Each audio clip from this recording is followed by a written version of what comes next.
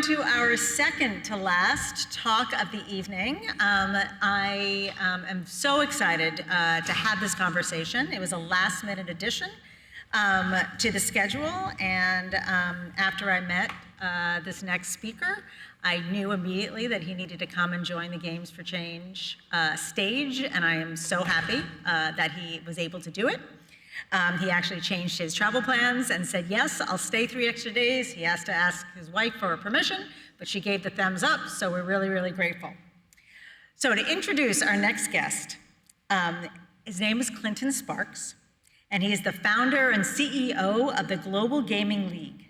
His background is in the highest spheres of the music industry. If you've ever heard Lady Gaga's Born This Way, or really turned on the radio in the last 25 years or so, you've heard Clinton at work. And he also was a pioneer in the esports space, where he led FaZe Clan's 1 billion IPO. Now he's bringing that past together with GGL, the Global Gaming League, a video game entertainment media company that aims to make video games as a spectator sport truly entertaining on a grand scale, but also create community for gamers of all kinds and get gaming treated with the respect that the sports command in the industry and in our culture today. So with that short information, brief intro, we're gonna get into a lot more stuff. Please welcome Clinton Sparks to the stage. Is my mic working? Clinton Sparks, please come to the stage.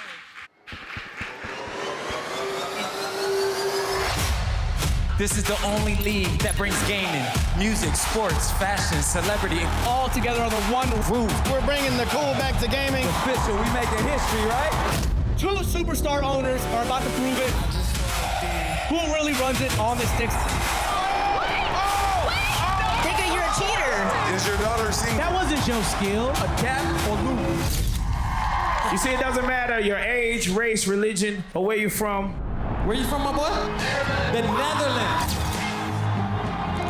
Everybody games. So we wanted to build something for everybody.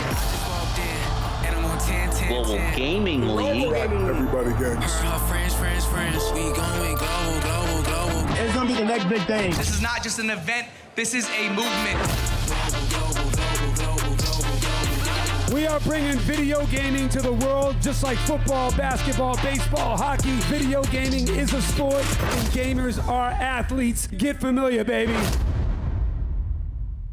Awesome, huh? All right, Clinton, come join me on stage. Hey, guys. All right, thank you so much. Let's look alive, guys. Let's have some fun. All right. So, Hey, by the way, I was like, why would you have me on at the time everybody wants to go eat dinner? no. We've got an award ceremony to go through. No, these people are hanging in. They're all in, right? All right, they're all in. All right. So, Clinton, you. before we jump into GGL, which is already launched, right, as a celebrity-owned team competition show, right, with stars like T-Pain and Howie Mandel's teams duking it out over games like Tetris, Tekken, and the Call of Duty. And then last week, right, was the official launch of GGL Primes. I will let you speak about your own work in a second, but I've got a lot to get through. You're doing great, Susan. Thank you. So GGL Primes is a 24/7 online tournament platform that gives gamers an actual path to go pro and is not tied to any one publisher. It acts as both a farm league, which I love, for the pro level of GGL, but it also will be the place for people to meet challenges together, where they can challenge each other, learn about games, and more. So before we get all of that. That's my company. Thanks, guys. Yeah. All right, get back over here. There's so much to talk about. So I want to, we're all here because we believe in the power of games, right? To do more than entertain. And I've heard you talk in our conversations about the inspiration of GGL, and that goes back to your youth. And if you don't mind, I'd love to talk to you a little bit about that period of your life and how that drove you through, to wanting to, one, get into music and how you pulled yourself up through music. And is your youth, how does that much drive you today and how it takes you to where you are in gaming. So the question, to reframe the question in a way that you can answer. I think I got it. All right.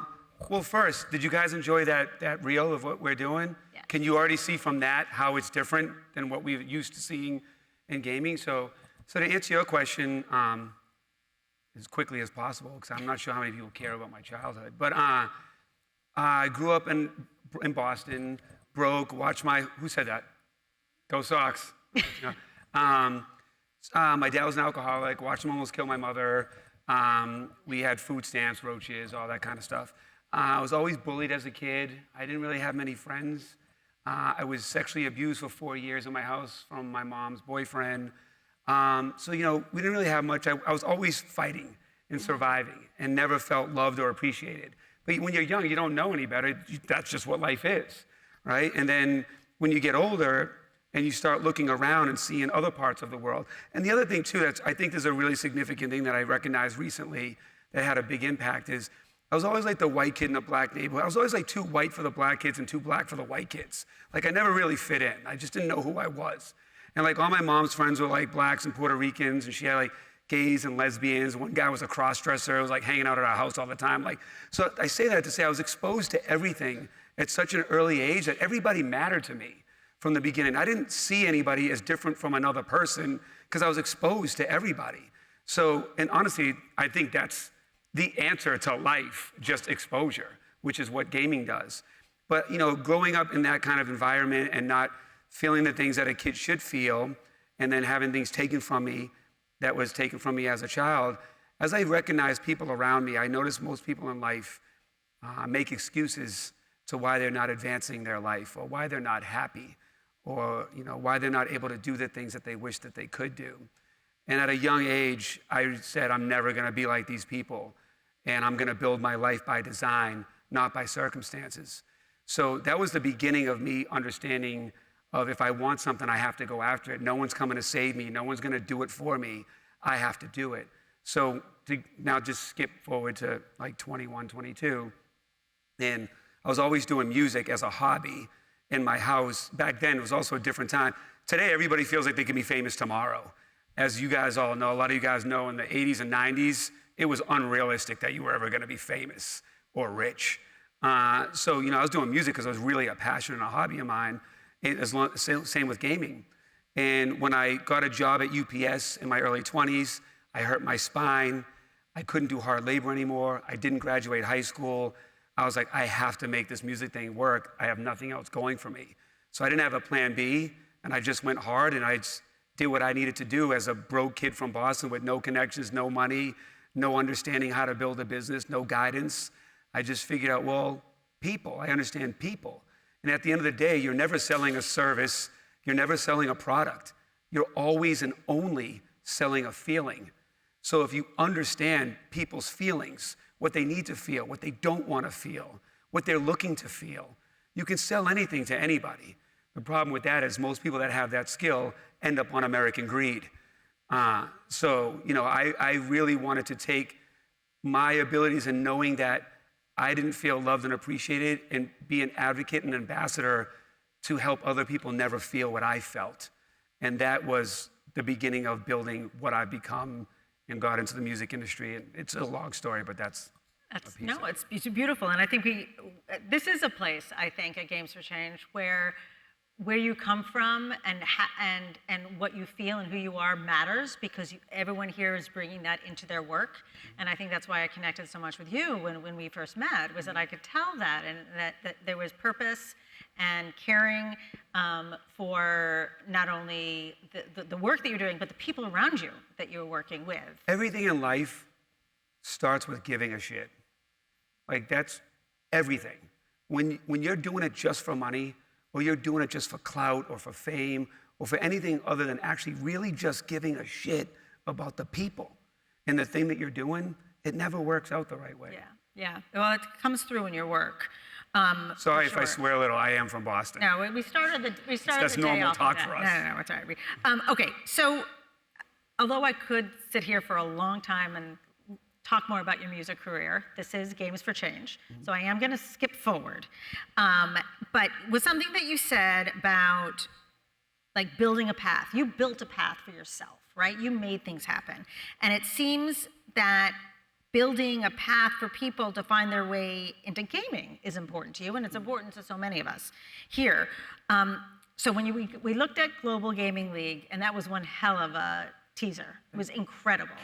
What I also saw in it was celebrity, glitz, noise, showmanship. Why was it important to start there for you? Well, because... Now that's a bad thing. It was not, but it was like a really strategic I took choice. it as a good thing. Okay, it is. No worries. Right? If you want to grow past your target market, you have to learn how to market to a new target. And I think that's what gaming has lacked. I go to a lot of different conferences, whether it's music, from crypto to gaming, whatever it is.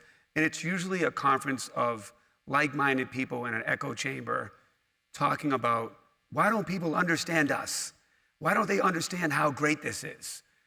And it's not that they don't understand how great this is or understand you, it's you don't understand them. So you don't understand how to communicate or translate or relate to an audience that you're trying to expand past the ones that already understand and are already here. So when I was helping to build FaZe Clan and my other esports org and did all the things that I did there, and this is after I've already built multiple multi-million-dollar brands. I've sold over 80 million records. Like I've worked with the biggest names, biggest brands, and I come from nothing. So I understand everybody from the end user to the hopeless kid to the shareholder and the board. So I understand what everybody needs to feel, going back to the feeling thing I was talking about. So it's like, man, if we want to grow gaming, we can't keep sitting here talking about the same thing to the same people, hoping that something different's gonna happen. When there's billions of gamers around the world, and you have esports and you have gaming. Esports is a very niche model that most people don't know or care about. So it's like, how do you get the other people to care, or the other billions of gamers that aren't never gonna be an esports player, to get involved, to participate, to build businesses, to feel like they're being heard and seen? Well, you have to go to where they are. You have to talk how they talk. You have to relate to who they are, what they care about. And in order to do that, what do you first have to do? Give a shit, right? So you do that. I wanted you to swear. I was going to try to get her to swear. There you go. Right? But anyway, so when I was building the Global Gaming League, it's like, man, everybody from Terry Crews to the Jonas Brothers to Michelle Rodriguez to Offset to everybody games. But they're not trying to be an esports player, and they probably don't even know what esports is. They definitely don't know any esports players. You put on Valorant, League of Legends, 9 out of 10 people have no idea what's going on. And they don't have a Twitch account. So how do you talk to them? How do you get to them? How do you, more importantly, invite them? You create something that makes sense to them, or that they can understand, or that they care about. And that's why when you see like a Howie Mandel or a Neo, nobody in here knew that they cared about gaming. Most people don't. And by the way, there's a lot of young people that don't even know them, right? Or their legacy. So it's like, how do you start bringing in a new audience? Well, you go in, and I'll just give you a little bit of the strategy behind it. I'll go get a Howie Mandel because I know, one, he's a media darling. The media's gonna pay attention that he's doing something new and exciting. Now, all of a sudden, media's gonna start talking about gaming in a way that they never talked about before, because there wasn't anybody relatable that would be able to walk them into understanding gaming. Then you get his audience, who now is an older audience, who's gonna say, what is this thing that Howie Mandel's doing? Oh, I didn't know we could game at our age. I didn't know you could make money doing this. I get to participate in this too. I thought it was just for dudes, dorks, and kids. Clearly it's not, right? And they're probably parents too, who have kids that game, that might not have been supporting their kids. Now all of a sudden are gonna see it's a real thing that Howie's doing, and now supports their kid and says, man, you should game more. There's this real league that Howie Mandel's a part of that you can join. So that's the style in which you approach it in a new way. Prior to that, you'd see brands and publishers just write a check to a celebrity, show up, do this tournament. It's not scalable, it's not sustainable. 99% of that person's audience is not gonna follow them into this gaming tournament. So it's not gonna work. And I've seen that happening for a decade, where it just doesn't work. And it's just, a brand will just brag about their aggregated numbers because they paid for all these influencers to show up and stream, where people would have watched them streaming if they were sitting on the toilet. So it wasn't you. They just did it because they liked those streamers. And now you're bragging and claiming all those aggregated numbers. It doesn't work. And you can keep fooling yourself, but I'm not going to join that party. I'm going to build something real for real people to have real opportunity. And that was the meaning behind Global Gaming League. All right, awesome. So you mentioned Neo, you mentioned Howie Mandel. I know T-Pain is on your, as part of the company as Chief Creative Officer, Yep. right? And you just announced Seth Green, right? Seth Green, yep. How hard is it to get these athletes or music artists who are gamers to come on board? Because it is a commitment. It's not the one shot, right? Has it been difficult? Well, Or like, what are you offering them to? I fortunately am in a unique position where I've accomplished a lot of things that gain credibility. So when I go to somebody, they know I've done this, and that. So it's a track record of he knows what he's talking about. Yep.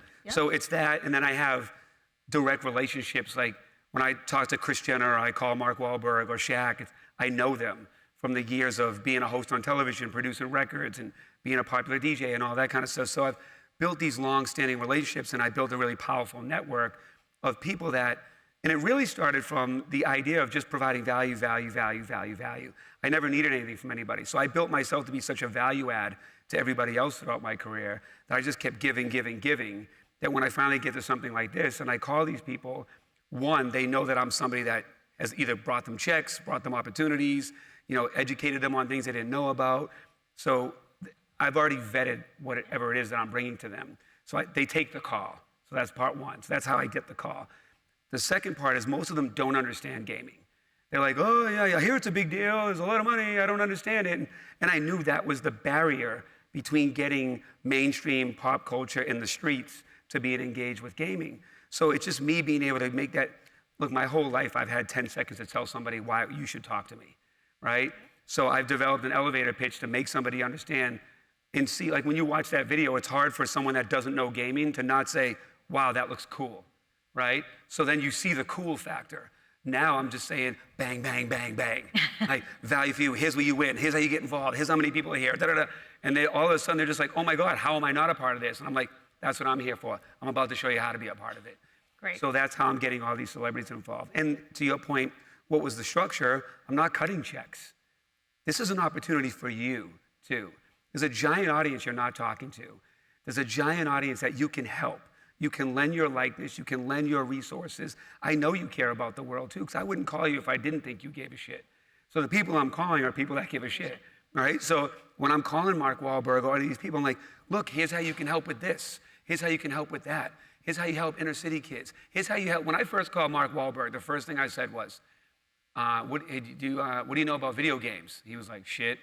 And then I go, do your kids play video games? And he was like, like 2 hours a week. And I was like, imagine if your mom and my mom only let us do music 2 hours a week. And he goes, all right, I'm listening. By the time I was done talking, he literally said, honey, we gotta let our kids play more fucking video games. Right? Because he didn't understand. Because there's nobody out here who can relate and talk to this audience in a way that they are gonna respect and relate to that person talking. So you just need somebody that's relate. Why do you think people pay a celebrity to talk about their brand? Because you know who that celebrity is. The difference for me is I'm not as big as a celebrity as them, but I've had a lot of success and I've got these open lines of communication to do so. Can you talk to me a little bit about the relationship with the games industry, right? You've developed 7 or 8 like AAA partners, AAA publishers as partners, but it's like at the same time, what you're kind of saying is like esports, as people know it, isn't really cutting it. So like how have you been able to bring them on board in the value proposition?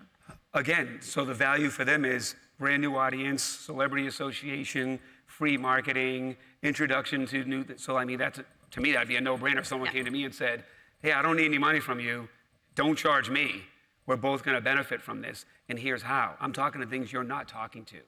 So, I mean, that's the easy way, and what's great about it too is with GGL Primes, which is our first of its kind online gaming platform that gives anybody anywhere the opportunity to sign up, compete daily, 24/7, 365, win and climb in the ranks from our Primes League to our minor league, then make it to the draft where they can be drafted to our celebrity-owned major leagues. So we solved the problem where there's billions of gamers around the world that don't have a real place to compete, make money, build a business, become a breakout star. So that's one side we fixed. The other thing is 1,000 independent games come out a month. They have no place to directly talk to a community, create competitions, tournaments, get data analytics, beta testing, or social proof. And God forbid a celebrity might play their game. So we provide that too. So it's discovery for new games to be discovered within our platform, all within the whole ecosystem of the global gaming league. So the online platform's here, and the major league celebrity-owned teams is here, and it all comes together like that. And you're going to be launching your first season of GGL next year? Yeah, February 27th, we just ended season 0 with Neo and Howie Mandel actually ended up being the two people fighting, and it ended in a draw. So there'll be the second match in season 1, and there's a lot of chaos online with people siding with each side. And to give you another quick example, like, why does like WWE work, right? It's the storylines. Like, why does the NFL Super Bowl the most viewed one? It's the performances at halftime. Like, all the answers in life are right in front of you if you just shut up and listen. But most people don't do that. And it's like, just look and see what's working. Do a different version of that. Look and see what's not working, stop doing that. So like, that's what I created with the Global Gaming League, where you have these, the pageantry, the theatrics, the storylines, and the smack talking of WWE with relatable people. I had Neo and T-Pain going at each other for 2 months. Even their moms got involved and started talking crap. They actually showed up to the event to support their kids. Like, where would you see something like that? That's relatable, where a parent's gonna come there and protect their kid. And it's entertaining at the same time.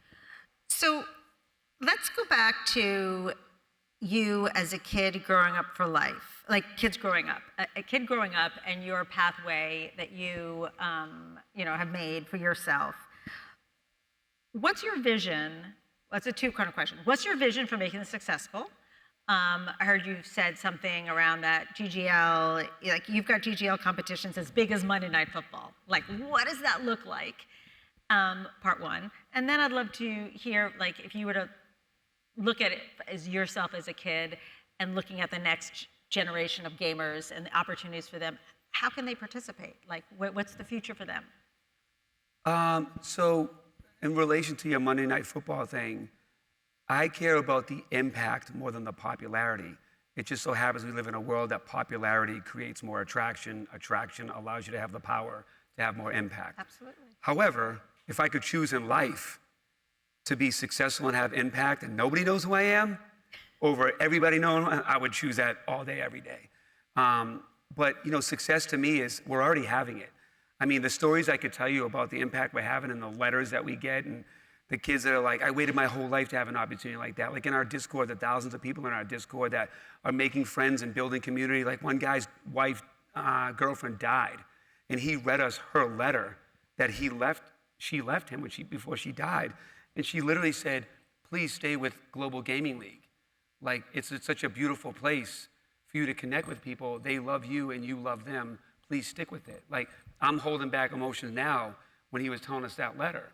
But like over and over again, we hear about, she said a lot of cool things I've done, which some people would say, you're cool because you've done cool things. Dude, I'm still a dork. I'm still a guy from Boston that feels like a loser that has to prove myself every time I walk into a room. And I know a lot of people can relate to that, especially in gaming. So it's like, I wanted to create a place where I was always the kid in high school that I was friends with the D&D kids and the jocks and the ESL kids. I was friends with every social circle. I was a kid that brought the lunch tables together. So what I'm trying to do with the Global Gaming League is bring the global lunch tables together where everybody can communicate and relate. And it's just one party. It's not the cool party. It's not the nerd party. It's one party and everybody is equally as cool. So to me, that's already happening. So that's success for Global Gaming League. Obviously, the more successful we have financially and stuff helps me do more things and philanthropic stuff and all those kind of things, which that's totally the mission. But how people can get involved is, Global Gaming League, gglprimes.com.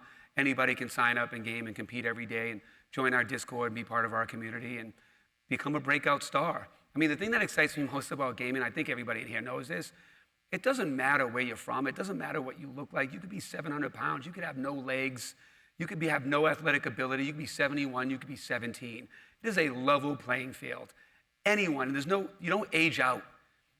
Anybody can become a breakout star. The problem is there wasn't a place to become a breakout star, which is why I created the Global Gaming League, so everybody has an equal opportunity to become successful. I love that vision and that mission and the fact that you're already finding that audience.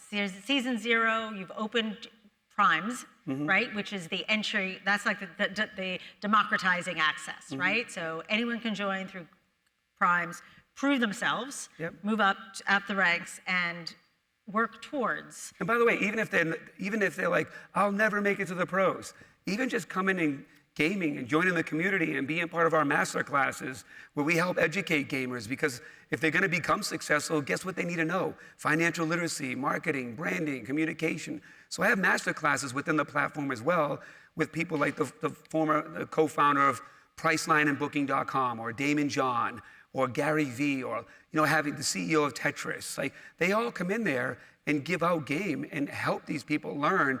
Even if you don't become a celebrity, you're going to leave GGL better than you came, because that's what it's set up to do. So back to, and this is my last question, back to the second part of the question is, you're a kid, you're in Boston, you're looking for community. How do you think you would feel about Primes as an opportunity for you? Do you think you would have pursued that instead of music? No, I'm just kidding. Who knows? I was an awesome athlete too, and I chose music over that. So, I'll end with this, right? Yeah. Because of a bit of the history of my life I told you about, when I was like 12 or 13 years old, the only thing I ever cared about, I never cared about being rich or famous. Like, that was never even a thought. The only two things I ever cared about was one day being an awesome dad and making people happy. And what you didn't hear her say is I was a really popular DJ. And I traveled the world. I DJ'd the biggest clubs. From Wimbledon to Boston Garden, I've DJ'd. And I was gone a lot when my son was young. And my son was my best friend, still is my best friend. He's 22 now. I can attest to that. He called during our meeting. Yeah. Poor kid was sick in Paris, and he called his dad. He's in Paris right now. That was awesome. Just chilling. And actually, he runs all the content for Global Gaming League. So all that you've seen, he did that. So one day, I call him and I say, hey, man, I'm coming home Thursday. We're going to hang out. We're going to build a fort. We're going to do so much. Yeah. And we're super excited. And I said, hey, man, what do you miss most about me when I'm gone? And, he took like a 20-second pause. And he said, Dad, you just make everything happy.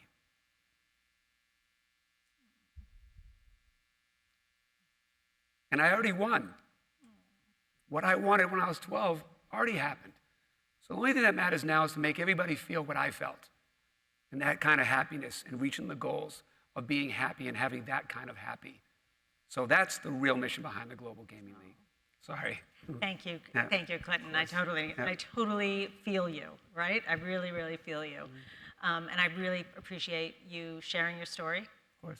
Stories. You have led a remarkable life, and you've done it so far, and there's so much more to go, with passion and purpose and caring. And I'm so glad to welcome you to the Games for Change family. Thank you for having me. Just so they know, we just met like 3 days ago. No, really, it was that. And she was, because I was at Fanatic Fest, and I just went by to meet her. My publicist was like, you got to go meet Susanna. So I was like, all right, so I go and meet her, and we hung out for like an hour. She's like, oh my God, you got to be part of Games for Change. I was like, so I changed my flight. I was supposed to leave Sunday. I was like, I love this. I'm staying. Called my wife, sorry, I'm not coming home. And stayed here to hang out with you guys. So if anybody would like to connect, obviously all socials or LinkedIn, Clinton Sparks. All right, let's give her a round of applause. Thank you.